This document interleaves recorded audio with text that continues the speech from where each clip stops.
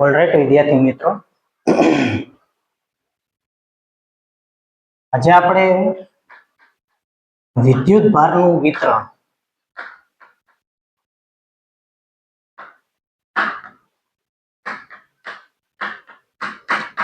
આ ટોપિક શરૂ કરવા માંગીએ છીએ. હવે વિદ્યુત ભારનું વિતરણ છે એના કુલ બે પ્રકાર પડશે.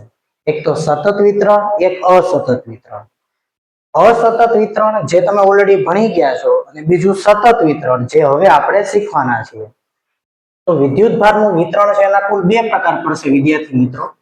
પહેલો પ્રકાર છે વિદ્યુત ભારનું અસતત વિતરણ અને બીજો પ્રકાર છે વિદ્યુત ભારનું સતત વિતરણ.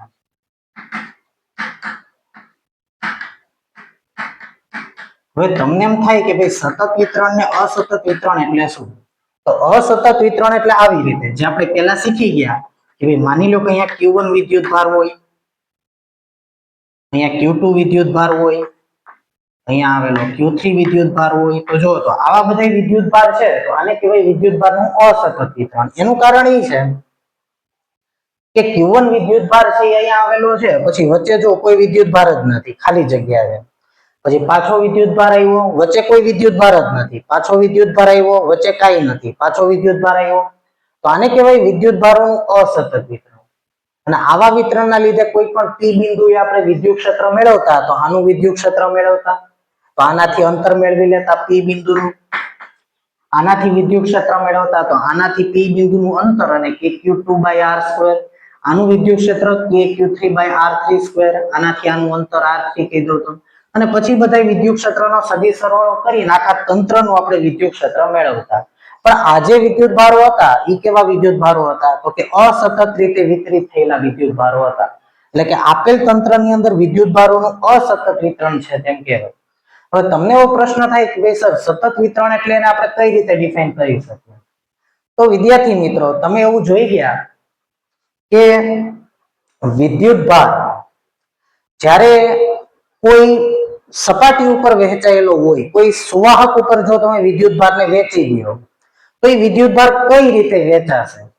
તો માની લો કે હું એક સળિયો લઈ લઉં આ રીતે, તો તમને મેં એવું શીખવાડ્યું હતું કે જો આ સળિયા ઉપર હું વિદ્યુત ભાર વહેંચી દઉં તો આને હું 1 કુલમ વિદ્યુત ભાર આપું. આ ધાતુનો સળિયો છે એને 1 કુલમ વિદ્યુત ભાર આપી દો. ચાલો, તો મેં તમને અગાઉના કોન્સેપ્ટ જો તમે જોયા હોય તો તમને ખ્યાલ આવશે કે અવાહક ઉપર કોઈ પણ જગ્યાએ વિદ્યુત ભાર મૂકો તો એ ત્યાં ને ત્યાં જ રહેશે. પણ સુવાહક ઉપર કોઈ જગ્યાએ વિદ્યુત ભાર આપણે મૂકી દઈએ તો એ વિદ્યુત ભાર છે સમગ્ર સપાટી ઉપર વહેંચાઈ જાય. તો આને હું જો 1 કુલમ વિદ્યુત ભાર આપું તો આ વિદ્યુત ભાર છે સમગ્ર સળિયા ઉપર સમાન રીતે વિતરિત થઈ જશે. જો આવી રીતે. તો હવે તમે મને કહો તો કે આમાં એવી કઈ જગ્યા કે જ્યાં વિદ્યુત ભાર નથી? તો વિદ્યુત ભાર તો સળંગ રીતે વહેંચાયેલો છે. એવું તો નથી કે અહીંયા વિદ્યુત ભાર આવ્યો, પાછો અહીંયા ક્યાંક નો આવ્યો, પાછો અહીંયા વિદ્યુત ભાર આવ્યો, પછી અહીંયા ક્યાંય નથી, પાછો અહીંયા વિદ્યુત ભાર આવ્યો. તો આને અસતત કહેવાય. પણ અહીંયા તો વિદ્યુત ભાર સળંગ રીતે વહેંચાયેલો છે જો સમગ્ર સપાટી ઉપર. એવું કોઈ પણ સ્થાન ખાલી નહીં હોય કે જ્યાં વિદ્યુત ભાર નહીં હોય. સમગ્ર સપાટી ઉપર એક સમાન રીતે જોઈ લો વિદ્યુત ભાર વહેંચાઈ ગયો. વચ્ચે કોઈ ખાલી જગ્યા નથી કે જ્યાં વિદ્યુત ભારની ગેરહાજરી હોય. તો આવા વિતરણને કહેવાય વિદ્યુત ભારનું સતત વિતરણ. અને સતત વિતરણ ધાતુની સપાટી ઉપર થશે, કારણ કે ધાતુને જો તમે વિદ્યુત ભાર આપો તો સમગ્ર સપાટી ઉપર વહેંચાઈ જાય છે. તો આને કહેવાય વિદ્યુત ભારનું સતત વિતરણ. પણ અહીંયા જુઓ તો અહીંયા વિદ્યુત ભાર છે, માની લો કે Q1 બરાબર 1 કુલમ તો એ આટલા અમથામાં જ છે.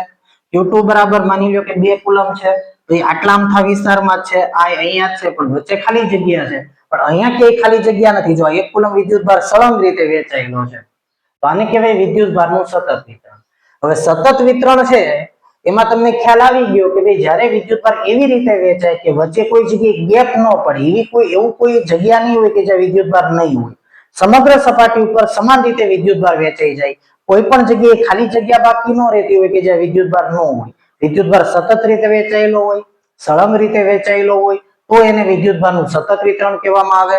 હવે સતત વિતરણ છે એમાં 3 પ્રકાર પડે. જેવી રીતે તમે યાદ કરો તો દળનું વિતરણ 11મા ધોરણમાં શીખી ગયા. તેમાં દળના વિતરણમાં તમે શું શીખ્યા હતા કે દળનું વિતરણ એટલે એવું વિતરણ કે જેમાં વિદ્યુત ભાર છે ઈ કોઈ એક પરિમાણમાં માની લો કે દળ છે એક પરિમાણમાં વહેંચાયેલું હોય તો એને રેખીય વિતરણ કહેવાય. દ્વિપરિમાણમાં જો દળ વહેંચાયેલું હોય તો એને તમે દળનું પૃષ્ઠ વિતરણ કહેતા. એમાં તમે દળ ઘનતા વ્યાખ્યાયિત કરતા. એક પરિમાણમાં દળ હોય તો કઈ ઘનતા વ્યાખ્યાયિત કરતા? દળની રેખીય ઘનતા. દ્વિપરિમાણમાં દળ હતું તો દળની પૃષ્ઠ ઘનતા. અને ત્રિપરિમાણમાં દળ હોય, ત્રિપારિમાણિક પદાર્થ હોય તો કદ ઘનતા એને કહેતા દળની. તો એવી જ રીતે અહીંયા વિદ્યુત ભાર જે છે એ ત્રણ રીતે વહેંચાઈ શકે. એક પરિમાણમાં વહેંચાય તો એને વિદ્યુત ભારનું રેખીય વિતરણ કહેવાય. એમાં રેખીય ઘનતા આપણે વ્યાખ્યાયિત કરશું. દ્વિપરિમાણમાં ગોઠવાય તો પૃષ્ઠ વિતરણ, એમાં પૃષ્ઠ ઘનતા વ્યાખ્યાયિત થશે, પણ દળની નહીં, અહીંયા વિદ્યુત ભારની. અને ત્રિપરિમાણમાં જો વિદ્યુત ભાર વહેંચાયેલો હોય તો એને કદ ઘનતા કહેવાય. અને અહીંયા આપણે વિદ્યુત ભારની કદ ઘનતા વ્યાખ્યાયિત કરશું. તો આવી રીતે આપણે અહીંયા વિદ્યુત ભારનું સતત વિતરણ તો થશે, પણ એક, બે અથવા ત્રણ પરિમાણમાં થઈ શકે, જેના આધારે આપણે સતત વિતરણના ત્રણ પ્રકાર પાડશું. અને પછી આપણે એના લીધે મળતું વિદ્યુત ક્ષેત્ર પણ મેળવશું કે એનું વિદ્યુત ક્ષેત્ર આપણે કઈ રીતે મેળવી શકીએ. તો ચાલો જોવો તો અહીંયા તો વિદ્યુત ભારનું સતત વિતરણ છે એના ત્રણ પ્રકાર પડશે. વિદ્યુત ભારનું રેખીય વિતરણ કે જેમાં વિદ્યુત ભાર એક પરિમાણમાં સતત રીતે વહેંચાયેલો હોય, જેમાં રેખીય ઘનતા લેમ્બડા વ્યાખ્યાયિત થશે. અહીંયા હું બતાવી દઉં સંકેત રૂપે, જેને આપણે લેમ્બડા વડે બતાવવાના છીએ. પછી વિદ્યુત ભારનું પૃષ્ઠ વિતરણ, એટલે માની લો કે આ કોઈ દ્વિપરિમાણિક પદાર્થ હોય અને અહીંયા તમે 1 કુલમ વિદ્યુત ભાર કોઈ પણ સ્થાને મૂકી દો તો અહીંયા વિદ્યુત ભાર સમગ્ર સપાટી ઉપર સમતલ ઉપર વહેંચાઈ જશે. આ સમતલીય આકૃતિ છે દ્વિપરિમાણિક. એક સમતલ વિચારી લો, ધાતુનો આવો ટુકડો કાપી લીધો, એને તમે 1 કુલમ વિદ્યુત ભાર આપો, સમગ્ર સપાટી ઉપર વિદ્યુત ભાર વહેંચાઈ ગયો, તો આને કહેવાય વિદ્યુત ભારનું પૃષ્ઠ વિતરણ. બોલો તો શું કહેવાય વિદ્યુત ભારનું પૃષ્ઠ વિતરણ? તો રેખીય વિતરણ, પૃષ્ઠ એટલે કે સપાટી ઉપરનું વિતરણ, જેને આપણે સિગ્મા સંજ્ઞા વડે બતાવશું, કેમ કે અહીંયા પૃષ્ઠ ઘનતા વ્યાખ્યાયિત થશે, પૃષ્ઠ ઘનતાને આપણે સિગ્મા કહેશું. અને ત્રીજું છે કદ ઘનતા, એટલે માની લો કે ત્રિપરિમાણિક પદાર્થની અંદર સમગ્ર કદની અંદર વિદ્યુત ભાર વહેંચાયેલો હોય. તો માની લો કે તમે આવો એક લોખંડનો ટુકડો વિચારી લો, પથ્થરનો ટુકડો હોય એવી રીતે માની લો કે આવો એક લોખંડનો ટુકડો છે, સપાટી ઉપર વિદ્યુત ભાર છે, અંદરના ભાગમાં વિદ્યુત ભાર છે. અથવા તો ગોળો વિચારી લો, નક્કર ગોળો અંદરથી ભરેલો, સપાટી ઉપર વિદ્યુત ભાર છે અને અંદરના ભાગમાં વિદ્યુત ભાર છે. દાખલા તરીકે પરમાણુનું ન્યુક્લિયસ, દાખલા તરીકે પરમાણુનું ન્યુક્લિયસ, દાખલા તરીકે તમે કોઈ પણ પરમાણુનું ન્યુક્લિયસ વિચારી લો, યુરેનિયમ 92 235. યુરેનિયમનું ન્યુક્લિયસ હોય તો એના કેન્દ્રમાં કેટલા પ્રોટોન હશે? તો કે 92 પ્રોટોન હશે. અને એ ઉપરાંતના છે 150 જેવા એબાઉટ શું હશે? ન્યુટ્રોન હશે. પણ ન્યુટ્રોન તો વિદ્યુત ભાર વિહીન હોય, એટલે આપણે માત્ર વિદ્યુત ભારની ચર્ચા કરીએ છીએ અહીંયા. તો 92 જેટલા પ્રોટોન હશે. તો જો તો આ કેન્દ્રની અંદર આ વિસ્તારમાં અને સમગ્ર સપાટી ઉપર આ ન્યુક્લિયસ વિચારી લો, ગોળો એટલે ન્યુક્લિયસ, યુરેનિયમનું ન્યુક્લિયસ. તો જો તો અહીંયા વિદ્યુત ભાર હશે, અંદરના ભાગમાં ન્યુક્લિયસ વિદ્યુત ભાર હશે. આખો ન્યુક્લિયસને એક ગોળો વિચારી લો માઇક્રોસ્કોપિક લેવલ ઉપર. તો એ ગોળો છે તો એના સમગ્ર કદની અંદર વિદ્યુત ભાર વહેંચાયેલો છે. જો તો અહીંયા વિદ્યુત ભારનું કહેવાય એને કદ વિતરણ. તો જ્યારે સમગ્ર કદની અંદર વિદ્યુત ભાર વહેંચાય તો એને કહેવાય વિદ્યુત ભારનું કદ વિતરણ. વિદ્યાર્થી મિત્રો, વ્યવહારમાં કદ વિતરણ શક્ય નથી. એ તમે બીજા ચેપ્ટરમાં શીખશો કે વિદ્યુત ભાર માત્ર ને માત્ર છે ને એ સપાટી ઉપર જ વહેંચાય. ગોળો હશે ને ગોળો, તો એ વિદ્યુત ભાર માત્ર સપાટી ઉપર જ વહેંચાય. કોઈ દિવસ અંદરના ભાગમાં વિદ્યુત ભાર ન રહી શકે. તમે અંદરના ભાગમાં મૂકો ને વિદ્યુત ભાર તો એ ઓટોમેટિકલી બહાર વહેંચાઈ જાય. અથવા તો કોઈ પણ ગોળો હોય અને તમે 1 કુલમ વિદ્યુત ભાર આપો તો એ વિદ્યુત ભાર સપાટી ઉપર જ વહેંચાય, ક્યારે અંદરના ભાગમાં વિદ્યુત ભાર ન હોય ક્યારે. તો તમે એમ કહો કે સર તમે તો ઉદાહરણ આપ્યું, પણ આખા બ્રહ્માંડની અંદર આવું એક જ ઉદાહરણ છે, પરમાણુનું ન્યુક્લિયસ, કે જેની અંદર કદ ઘનતા જોવા મળે છે, તમને કદ વિતરણ જોવા મળે છે. બાકી વિદ્યુત ભારનું કદ વિતરણ ક્યાંય જોવા નહીં મળે વ્યવહારમાં. તમે કોઈ પણ ત્રિપરિમાણિક પદાર્થને વિદ્યુત ભાર આપશો તો એ વિદ્યુત ભાર માત્ર ને માત્ર સપાટી ઉપર જ વહેંચાશે. અને સપાટી ઉપર વહેંચાય તો એને કહેવાય પૃષ્ઠ વિતરણ, કદ વિતરણ ન હોય. એટલે વિતરણ ખરેખર બે જ હોય, રેખીય વિતરણ અને પૃષ્ઠ વિતરણ. કદ વિતરણ આખા બ્રહ્માંડની અંદર માત્ર ક્યાં જોવા મળશે? એનું એક જ ઉદાહરણ છે, પરમાણુનું ન્યુક્લિયસ. ચાલો હવે આપણે આ ત્રણેય ઉપર ડિટેલમાં વારાફરતી ચર્ચા કરી લઈએ. બરાબર, રેખીય વિતરણ કોને કહેવાય, પછી આપણે રેખીય ઘનતા વ્યાખ્યાયિત કરીએ. અને જ્યારે આવી રીતે રેખીય ઘનતા વ્યાખ્યાયિત થયેલી હોય એક પરિમાણમાં તો એનું વિદ્યુત ક્ષેત્ર કઈ રીતે મેળવવું, આ ત્રણેયની ચર્ચા કરશું. પછી આપણે આની ચર્ચા કરશું, જેમ આમાં આવશે એમ જ આમાં આવશે ને એમ જ આમાં આવશે. એક પાકું કરી લ્યો એટલે બાકીના બે એમને યાદ રહી જશે. તો ચાલો જો તો આપણે સૌથી પહેલા શરૂ કરીએ રેખીય વિતરણ.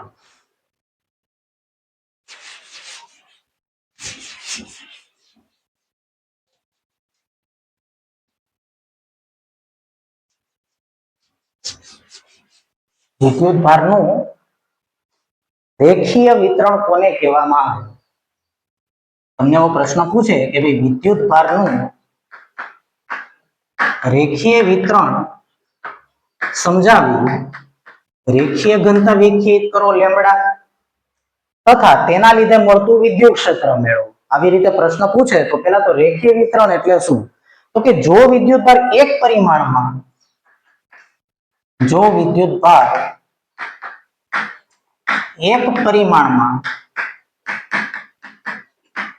એટલે કે કોઈ રેખા ઉપર જ્યારે કોઈ વિદ્યુતભાર એક પરિમાણમાં સતત રીતે વહેંચાયેલો હોય તો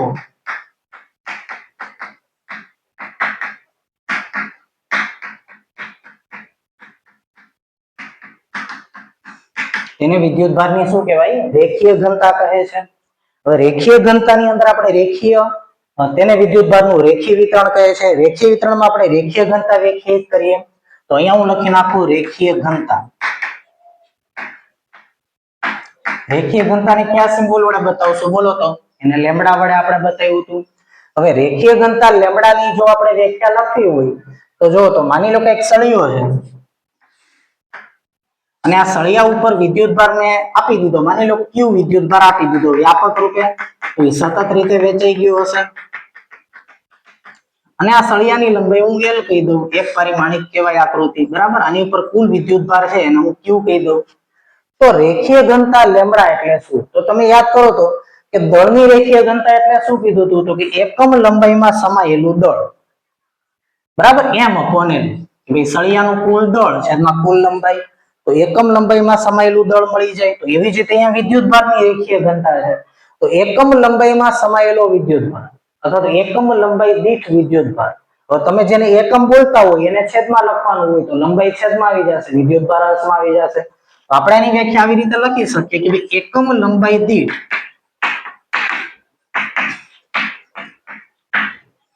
વિદ્યુતભારની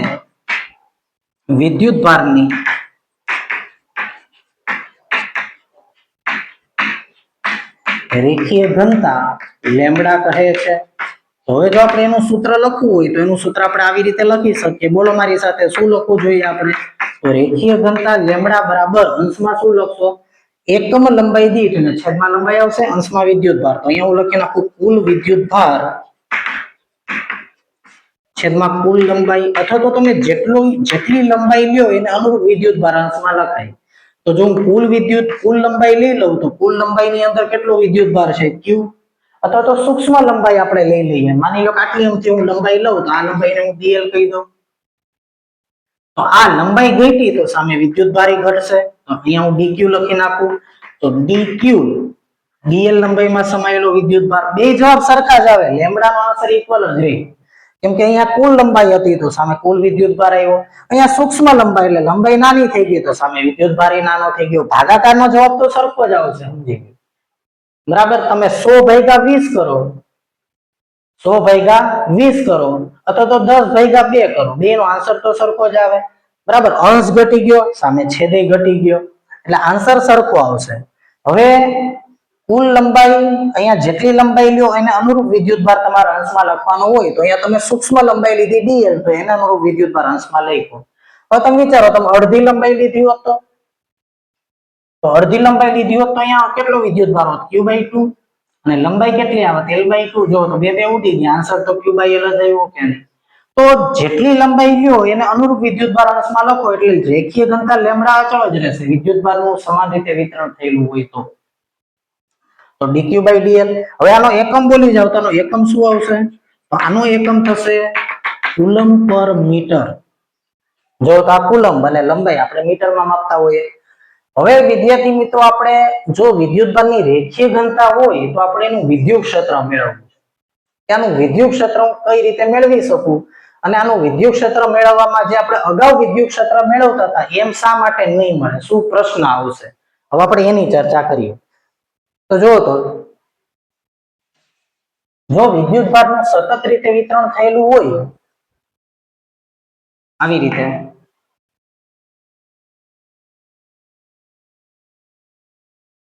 માની લો કે અહીંયા હું એક તાર વિચારી લો, આવી રીતે એક તાર છે, બરાબર, એની ઉપર સતત રીતે વિદ્યુતભાર વહેંચાયેલો છે, બરાબર. તમે અહીંયા વિચારી લો કે અહીંયા સતત રીતે વિદ્યુતભાર વહેંચાયેલો છે, આવી રીતે. અને આ તારના લીધે માની લો કે મારે પી બિંદુએ વિદ્યુત ક્ષેત્ર મેળવવું છે. માની લો કે આ પી બિંદુ અહીંયા મારે વિદ્યુત ક્ષેત્ર મેળવવું છે, જેનો સ્થાન સદિશ r છે. હવે વિદ્યાર્થી મિત્રો અહીંયા પ્રશ્ન શું આવશે? હું તમને એમ કહું કે ભાઈ આવી રીતે મેં તમને એમ કીધું હોત કે ભાઈ અહીંયા કોઈ પણ એક વિદ્યુતભાર q છે અને એનું r સ્થાન સદિશ ધરાવતા p બિંદુએ વિદ્યુત ક્ષેત્ર કેટલું, તો તમે શું કરશો? માની લો કે આના સ્થાન સદિશ હું r ડેશ કહી દઉં, તો બોલો સ્થાનાંતર સદિશ શું થશે? r માઈનસ r ડેશ, અંતિમ ઓછા પ્રારંભિક સ્થાન સદિશ r માઈનસ r ડેશ. તો બોલો તમે શું લખાવશો? q નું p બિંદુએ વિદ્યુત ક્ષેત્ર kq છેદમાં r માઈનસ r ડેશ નો વર્ગ, આવી રીતે લખાવશો. અથવા તો સદિશ સ્વરૂપે લખાવો તો તમને આવું લખાવો કે E બરાબર kq r minus r dash એનો વર્ગ, અને સદિશ સ્વરૂપે લખવું હોય તો બાજુમાં એકમ સદિશ જો તો r માઈનસ r ડેશ ની દિશાનો એકમ સદિશ, એટલે r, હવે એકમ સદિશ એટલે સદિશ ના થાય છેદમાં એનું મૂલ્ય, તો સદિશ છેદમાં એનું મૂલ્ય.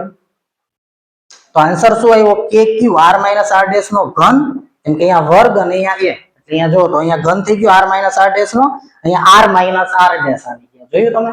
તો આવી રીતે તમે અહીંયા સાદુરૂપ આપી શકો. જો તમે આને ખાલી એમને નામ આપી દીધું હોત કે ભાઈ આ અંતર છે, માની લો કે r કહી દીધું હોત, આને કંઈક r1 r2 અને r કહી દો તો kq r સ્ક્વેર, અહીંયા r કેપ, તો kq છેદમાં r નો ઘન અને સદિશ r થઈ જાતે અહીંયા આવી રીતે.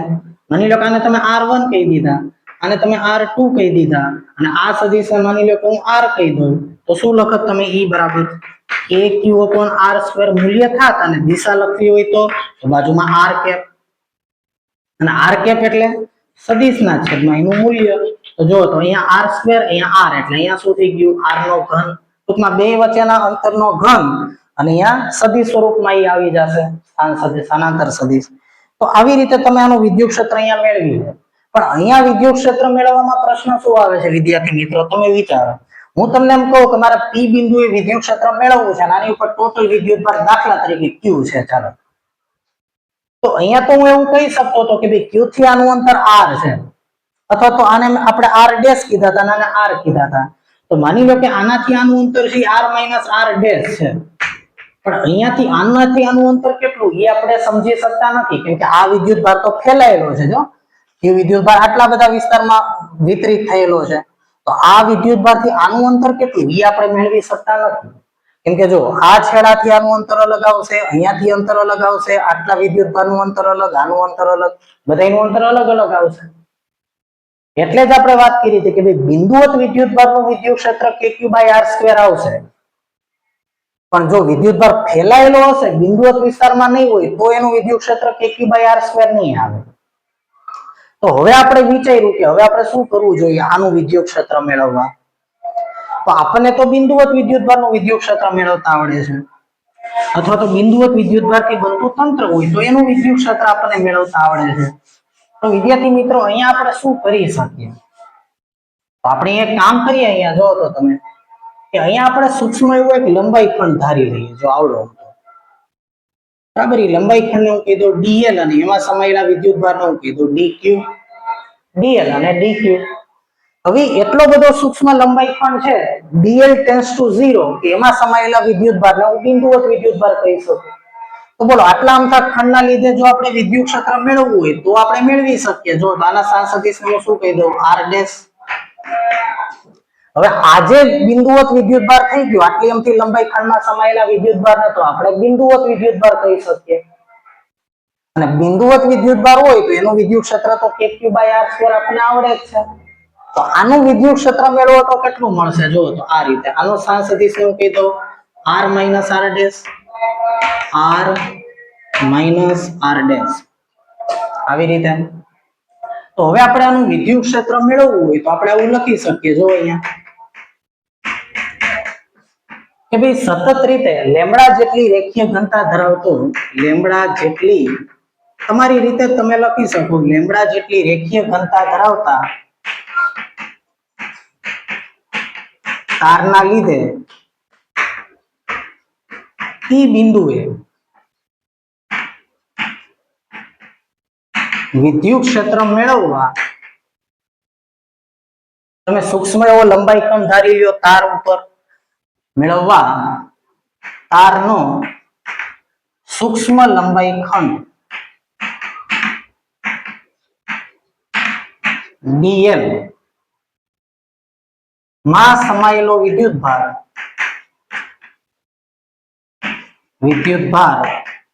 dq કેમ કે સૂક્ષ્મ લંબાઈ ખંડ છે એમાં વિદ્યુત ભાર સૂક્ષ્મ સમાયેલો હશે તો dq નું વિદ્યુત ક્ષેત્ર સૌથી પહેલા આપણે મેળવીએ કેમ કે બિંદુવત વિદ્યુત ભારનું વિદ્યુત ક્ષેત્ર તો મેળવી શકું છું તો મેં સૂક્ષ્મ લંબાઈ ખંડ ધારી લીધો એમાં સમાયેલો વિદ્યુત ભાર બિંદુવત વિદ્યુત ભાર જ કહેવાય કેમ કે બોર નામનો એવો ખંડ એમાં સમાયેલો વિદ્યુત ભાર એટલે બિંદુવત વિદ્યુત ભાર તો ચાલો બિંદુવત વિદ્યુત ભારનું વિદ્યુત ક્ષેત્ર મને લખાવું તો સૂક્ષ્મ વિદ્યુત ક્ષેત્ર એટલે de બરાબર kq બાય r² આવું આપણું સૂત્ર છે તો k q ની બદલે અહીંયા શું આવી ગયું dl લંબાઈ ખંડમાં કેટલો વિદ્યુત ભાર સમાયેલો છે k dq છેદમાં અંતરનો વર્ગ તો જો તો r - r' નો શું આવશે અંતરનો વર્ગ એટલે r - r' નો સ્ક્વેર r - r' નો સ્ક્વેર બાજુમાં સદિશ રૂપે લખવું હોય તો એકમ સદિશ તો કઈ દિશામાં આનું વિદ્યુત ક્ષેત્ર હશે જો તો dq વિદ્યુત ભાર હોય તો 1 કુલમ વિદ્યુત ભાર ઉપર આમ બળ લગાડશે નીચે તરફ આમ તો આ રીતે બળ લગાડે તો આ દિશાનો એકમ સદિશ એટલે r - r' ની દિશાનો જ એકમ સદિશ થયો તો બાજુમાં r - r' નો એકમ સદિશ મૂકી દઉં તો એકમ સદિશ એટલે શું થાય સદિશના છેદમાં તેનું મૂલ્ય તો r - r' છેદમાં એનું મૂલ્ય તો છેદમાં r - r' માનાંકમાં અહીંયા વર્ગ છે અહીંયા એકવાર આવ્યા તો અહીંયા કેટલી ઘાત થઈ ગઈ 3 ઘાત અને અહીંયા આવી ગયા r - r' આવી રીતે હવે વિદ્યાર્થી મિત્રો આપણે dq ની કિંમત લેમ્બડાના પદમાં લખીએ કારણ કે આપણે રેખીય ઘનતાના સ્વરૂપમાં વ્યાખ્યાયિત કરવા માંગીએ છીએ વિદ્યુત ક્ષેત્રને તો અહીંયાનું સૂત્ર જોવો તો લેમ્બડા બરાબર dq/dl લખી શકાય તો dq બરાબર શું લખી શકાય લેમ્બડા * dl લખી શકાય કેમ કે લેમ્બડા બરાબર dq/dl તો dq બરાબર બોલો તો શું આવ્યું લેમ્બડા dl તો અહીંયા આપણે આવી રીતે લખીએ તો de બરાબર k ચાલો dq ની કિંમત લખાવો તો શું આવ્યું લેમ્બડા * dl છેદમાં r - r' નો ઘન r - r' ચાલો હવે અહીંયા શું થયું વિચારો તો આનું વિદ્યુત ક્ષેત્ર આપણને મળી ગયું સૂક્ષ્મ વિસ્તારનું વિદ્યુત ક્ષેત્ર મળી ગયું હવે શું કરવું જોઈએ આપણે તો કે હવે આપણે એની બાજુનો વિસ્તાર વિચારો જેવી રીતે આપણે કેમ q1 q2 q3 થી બનતું તંત્ર હોય તેનો આપણે p બિંદુએ મેળવવું હોય વિદ્યુત ક્ષેત્ર તો પહેલાનું મેળવતા બીજાનું મેળવતા ત્રીજાનું પછી બધા એનો સરવાળો કરતા એવું જ અહીંયા જો તો પહેલાનું મળી ગયું આટલા આપણને તો બિંદુવતનું જ આવડે છે ચાલો આ બિંદુવત વિદ્યુત ભારનું વિદ્યુત ક્ષેત્ર મેં મેળવી લીધું આમાં બિંદુવત વિદ્યુત ભાર ખંડ ધારીને બાજુનો ખંડ વિચારો બિંદુવત એનું વિદ્યુત ક્ષેત્ર અહીંયા મેળવો એની બાજુનો ખંડ મેળવો એનું આ જ રીતે વિદ્યુત ક્ષેત્ર મેળવો હવે તમે વિચારો કે આ બધાય ખંડના વિદ્યુત ક્ષેત્ર મળી ગયા પછી કેમ અહીંયા આપણે સદિશ સરવાળો કરતા એમાં અહીંયા સરવાળો કરવો પડશે પણ એમાં તો કેટલા વિદ્યુત ભાર હતા 5 6 10 અહીંયા તો આવા અસંખ્ય ખંડો થશે સૂક્ષ્મ બિંદુવત ખંડો વિચારો તો આટલો બધો સરવાળો આપણે કઈ રીતે કરી શકીએ તો એના માટે તમે જાણો છો તમે 11મા ધોરણમાં શું કરતા કે ભાઈ અસંખ્ય ખંડો હોય અને જ્યારે એની પરિણામી અસર મેળવવી હોય તો આપણે સંકલન કરી નાખવું પડે તો સમગ્ર તાર ઉપર આવા અસંખ્ય ખંડો વિચારી બધાનું p બિંદુએ વિદ્યુત ક્ષેત્ર મેળવી અને પછી એનો સદિશ સરવાળો કરવાનો આવો સરવાળો સંકલનમાં પરિણમે આપણે એવું લખીએ તેથી સમગ્ર તારનું કુલ વિદ્યુત ક્ષેત્ર એને આપણે E કહી દઈએ આ સૂક્ષ્મ વિદ્યુત ક્ષેત્ર de આ કુલ વિદ્યુત ક્ષેત્ર તો k અહીંયા આપણે ઇન્ટિગ્રેશન કરી નાખીએ સમગ્ર તાર ઉપર લેમ્બડા dl r - r' નો ઘન અને અહીંયા આવી ગયા r - r' આવી રીતે તો વિદ્યાર્થી મિત્રો આ રીતે આપણે સમગ્ર તારનું વિદ્યુત ક્ષેત્ર મેળવી શકીએ એટલે શું કરવાનું કે કોઈ એક સૂક્ષ્મ એવા ખંડનું વિદ્યુત ક્ષેત્ર મેળવી અને પછી સમગ્ર તાર ઉપર શું કરી નાખવાનું રેખા સંકલન કરી નાખવાનું તો આ રીતે વિદ્યાર્થી મિત્રો વિદ્યુત ભારનું આપણે રેખીય વિતરણ સમજાવી શકીએ જો તમને આ એક આવડી ગયું લખતા તો તમે પૃષ્ઠ અને કદ વિતરણ એમને લખી શકો. હવે તમે જ મને લખાવશો. જો એવું હોય તો સ્ક્રીન પોઝ કરીને એકવાર આને સ્ટડી કરી લ્યો, પછી તમે મારી સાથે બોલવાની પ્રેક્ટિસ કરજો કે ભાઈ કઈ રીતે આપણે લખવું જોઈએ. તમે જ વારંવાર બોલજો, હું તમને પૂછતો જઈશ. તો જો તો હવે આપણે લખીએ છીએ વિદ્યુત ભારનું કયું વિતરણ લખશું? વિદ્યુત ભારનું પૃષ્ઠ વિતરણ. તો અહીંયા આપણે લખી નાખીએ વિદ્યુત ભારનું પૃષ્ઠ વિતરણ. વિદ્યુત ભારનું પૃષ્ઠ વિતરણ કઈ રીતે વ્યાખ્યા લખશું કે જો વિદ્યુત ભાર, બોલો હવે હું લખવું જોઈએ દ્વિપરિમાણમાં, એક પરિમાણને બદલે દ્વિપરિમાણ અહીંયા હું લખી નાખું. જો વિદ્યુત ભાર દ્વિપરિમાણમાં સતત રીતે વહેંચાયેલો હોય તો એને વિદ્યુત ભારનું પૃષ્ઠ વિતરણ કહે છે. પછી તો કે અહીંયા રેખીય ઘનતાની બદલે આપણે શું લખવું જોઈએ? પૃષ્ઠ ઘનતા સિગ્મા. અહીંયા હું લખી નાખું પૃષ્ઠ ઘનતા અને લેમ્બડાની બદલે આવશે સિગ્મા.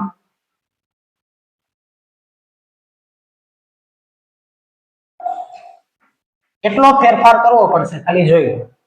હવે અહીંયા એક પરિમાણમાં હતી એની બદલે તમે દ્વિપરિમાણમાં આકૃતિ દોરી નાખો અને દ્વિપરિમાણમાં વિદ્યુત ભાર સતત રીતે વહેંચાયેલો છે એવું કહી દઉં. માની લો કે આવી રીતે કોઈ વિદ્યુત ભાર દ્વિપરિમાણમાં વહેંચાયેલો હોય સતત રીતે, આને વિદ્યુત ભારની પૃષ્ઠ ઘનતા કહેવાય. તો શું આની વ્યાખ્યા લખી શકાય કે ભાઈ એકમ લંબાઈ દીઠ નહીં, એકમ ક્ષેત્રફળ દીઠ. કેમ કે દ્વિપરિમાણ હોય તો એને ક્ષેત્રફળ હોય, તો એકમ લંબાઈની બદલે શું લખી શકો તમે? એકમ ક્ષેત્રફળ દીઠ. થોડીક અહીંયા મગજ ચલાવવાનો છે, લંબાઈની બદલે ક્ષેત્રફળ આવી ગયું. દીઠ વિદ્યુત ભારને શું કહેવાય? પૃષ્ઠ ઘનતા કહેવાય. અને એને કયા સિમ્બોલ વડે બતાવીએ છીએ આપણે? આને કહેવાય સ્મોલ સિગ્મા. બરાબર, સિગ્મા વડે બતાવીએ. તો અહીંયા આવી ગઈ પૃષ્ઠ ઘનતા. બોલતા રહ્યો મારી યારે. લેમ્બડાની બદલે સિગ્મા. કુલ વિદ્યુત ભાર છેદમાં શું આવશે? કુલ ક્ષેત્રફળ. તો ક્યુ એમ ક્ષેત્રફળને હું એ વડે બતાવી દઉં, અથવા તો ડેલ્ટા એ વડે બતાવાય, અથવા તો ડેલ્ટા એસ વડે બતાવાય, અથવા તો એસ વડે બતાવાય, સરફેસ એરિયા. હાલો આવી રીતે લખ્યું. પછી આપણે ઓલામાં શું કર્યું હતું? સૂક્ષ્મ લંબાઈ લીધી હતી, તો સૂક્ષ્મ વિદ્યુત ભાર લીધો હતો. તો અહીંયા સૂક્ષ્મ અહીંયા ક્ષેત્રફળ લઈ લ્યો હતો. તો સૂક્ષ્મ ક્ષેત્રફળ હોય એને હું ડીએ કહી દઉં. જો તો આ રીતે સૂક્ષ્મ ડીએ, તો એમાં સમાયેલો વિદ્યુત ભાર ડીક્યુ, તો ડીક્યુ બાય ડીએલ ની બદલે ડીએ આવી ગયા. એકમમાં શું ફેર પડશે? ચાલો લખાવો. આનો એકમ કુલમ અને એરિયાનો એકમ મીટર સ્ક્વેર. તો અહીંયા આવી ગયું મીટર સ્ક્વેર. બધું એમનેમ સિમિલર આવશે. જોઈ જ્યાં લંબાઈ હતી ત્યાં તમારે ખાલી ક્ષેત્રફળ લખતું જવાનું અને લેમ્બડા હોય ત્યાં સિગ્મા કરતા જવાના. હાલ હવે એનું વિદ્યુત ક્ષેત્ર કઈ રીતે મેળવશું? તો જે આપણે લંબાઈની આકૃતિ દોરી હતી તાર, ત્યાં આપણે આવી આકૃતિ દોરી નાખીએ. જોવો તો આખી આકૃતિ થોડીક સારી કરીએ. જો તો આવી રીતે દ્વિપરિમાણમાં વિદ્યુત ભાર વહેંચાયેલો છે. ઈ બિંદુએ વિદ્યુત ક્ષેત્ર મેળવવું તો યાદ કરવાનો સ્થાન સદિશ r હતો. પછી અહીંયા આપણે પૃષ્ઠખંડ ધાર્યો હતો, એનો સ્થાન સદિશ હતો r ડેશ. તો બોલો તો એનાથી આનું શું આવશે સ્થાન સદિશ? r minus r dash. r minus r dash આવી ગયા. હવે લખાવો તો શું અહીંયા લખાવશો? વિદ્યુત ક્ષેત્ર. બરાબર, તો આનું જે પૃષ્ઠ વિતરણનું વિદ્યુત ક્ષેત્ર મારે મેળવવું હોય તો અહીંયા લેમ્બડાની બદલે કેટલી આવશે?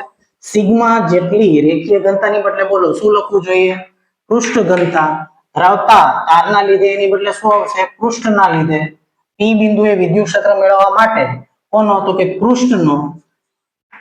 ને આપણે સૂક્ષ્મ લંબાઈ ખંડ ધાર્યો હતો બિંદુવત વિદ્યુત ભારનું વિદ્યુત ક્ષેત્ર મેળવવા. તો અહીંયા તો જો તો પી બિંદુથી બધા વિદ્યુત ભારનું અંતર અલગ અલગ હશે. તો બિંદુવત વિદ્યુત ભારનું વિદ્યુત ક્ષેત્ર મેળવવા માટે નાનો એવો પૃષ્ઠખંડ આપણે ધારી લીધો અને ઈ પૃષ્ઠખંડ છે એ ડીએ અને એમાં સમાયેલો વિદ્યુત ભાર ડીક્યુ. એ નાનો એવો પૃષ્ઠખંડ છે બિંદુવત, એટલે ઈ બિંદુવત વિદ્યુત ભાર કહેવાય ડીક્યુ. બરાબર છે. તો અહીંયા અગાઉની જેમ જ ડીક્યુ, તો એનું વિદ્યુત ક્ષેત્ર કેટલું આવશે? તો અહીંયા સૂક્ષ્મ લંબાઈ ખંડની બદલે શું આવશે? સૂક્ષ્મ પૃષ્ઠખંડ. ડીએલ ની બદલે ડીએ કરી નાખો. માં સમાયેલા વિદ્યુત ભારનું વિદ્યુત ક્ષેત્ર આ રીતે આપણે, બરાબર, કે ડીક્યુ, આમાં સમાયેલો વિદ્યુત ભાર કે d q r minus r dash નો ઘન r માઈનસ r ડેશ. એને આપણે સિગ્માના પદમાં લખીએ. તો જો તો આ બેને સરખાવો તો શું આવ્યું? ડીક્યુ બરાબર સિગ્મા ઇન્ટુ ડીએ. જો સિગ્મા ઇન્ટુ ડીએ. તો dq ની બદલે શું લખી શકાય? Sigma into dm. સિગ્મા અને અહીંયા આવી ગયા dm. અને પછી સમગ્ર પૃષ્ઠનું વિદ્યુત ક્ષેત્ર મેળવવું હોય તો શું લખી શકાય? સમગ્ર તારની બદલે સમગ્ર પૃષ્ઠ પર, અને લેમ્બડા ની બદલે શું લખાવશો? સિગ્મા. dl ની બદલે d. તો તમે જોઈ શકો વિદ્યાર્થી મિત્રો કે આખા પ્રશ્નની અંદર જ્યાં લંબાઈ આવતી હતી ત્યાં અમે ખાલી શબ્દ શું કરી નાખ્યો? પૃષ્ઠ. રેખીય વિતરણ હતું ત્યાં પૃષ્ઠ વિતરણ કરી નાખ્યું. લેમ્બડા હતા ત્યાં અમે સિગ્મા કરી નાખ્યા. dl હતા ત્યાં અમે da કરી નાખ્યા. બસ આટલો શબ્દનો ફેરફાર આવ્યો. બરાબર, લંબાઈની બદલે પૃષ્ઠ કર્યું. લેમ્બડા હતા એની બદલે આપણે સિગ્મા કરી નાખ્યા. જ્યાં dl હોય ત્યાં તમને એટલી તો આપણો મગજ ચાલે, dl ની બદલે આપણે da કરી નાખ્યા. બરાબર, બાકી આપણે કોઈ પ્રકારનો ફેરફાર કર્યો નથી. અને આવું જ વિતરણ કોના માટે આવશે? તો કે વિદ્યુત ભારનું કદ વિતરણ. તો વિદ્યુત ભારના કદ વિતરણમાં ચાલો લખાવો તો ફરી એકવાર આપણે પ્રેક્ટિસ કરી નાખીએ. કદ વિતરણ કઈ રીતે લખી શકીએ? ચાલો મારી હારે બોલવાનું શરૂ રાખો તો વિદ્યુત ભારનું કદ વિતરણ. ચાલો હવે તમે ફેરફાર કરાવી શકતા હોવા જોઈએ. બરાબર, કોઈ જગ્યાએ ફેરફાર રહી ગયો હોય તો તમને આઈડિયા આવવો જોઈએ કે અહીંયા આવી રીતે લખવું જોઈએ.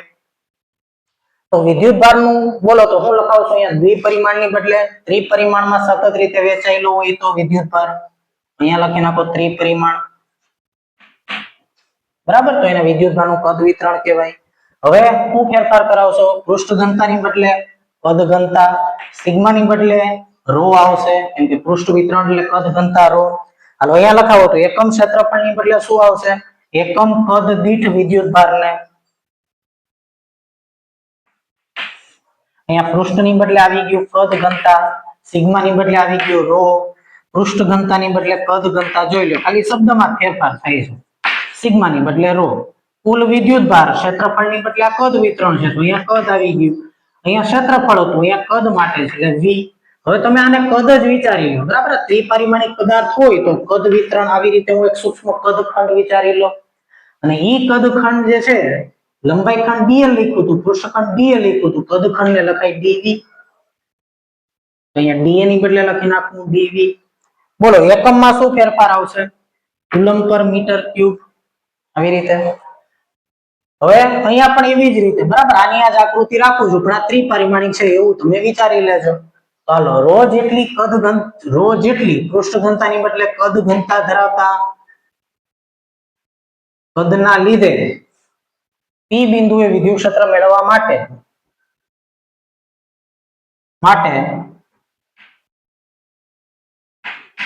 આપેલ કદમાં સૂક્ષ્મ પૃષ્ઠખંડ આપણે da ની બદલે શું લખી નાખશું? dv માં સમાયેલો વિદ્યુતભાર dq નું વિદ્યુત ક્ષેત્ર આ રીતે આવી ગયું. ચાલો dq ની બદલે શું લખાય? અહીંયાથી લખાવો તો dq ની બદલે શું લખશું? બોલો, dq ની બદલે રો ઇન્ટુ dv. અહીંયા આવી ગયું રો ઇન્ટુ dv.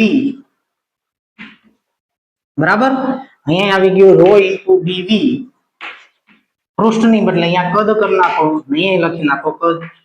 તો વિદ્યાર્થી મિત્રો તમે વિદ્યુત ભારનું રેખીય વિતરણ, પૃષ્ઠ વિતરણ અને કદ વિતરણ એ ત્રણ થિયરીઓ જે છે માત્ર તમે વિદ્યુત ભારનું રેખીય વિતરણ પાકું કરો એ ત્રણ થિયરી તમે પાકી કરી શકો છો આવી રીતે.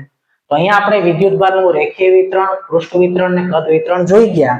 હવે આવતા લેક્ચરની અંદર આપણે વિદ્યુત ફ્લક્સ અને એની પછી ગોસનો નિયમ અને એના ઉપયોગો લેશું. તો અહીંયા આપણું આ ચેપ્ટર પૂરું થઈ જશે. તો આવતા લેક્ચરમાં આપણે લેવાનું છે વિદ્યુત ફ્લક્સ.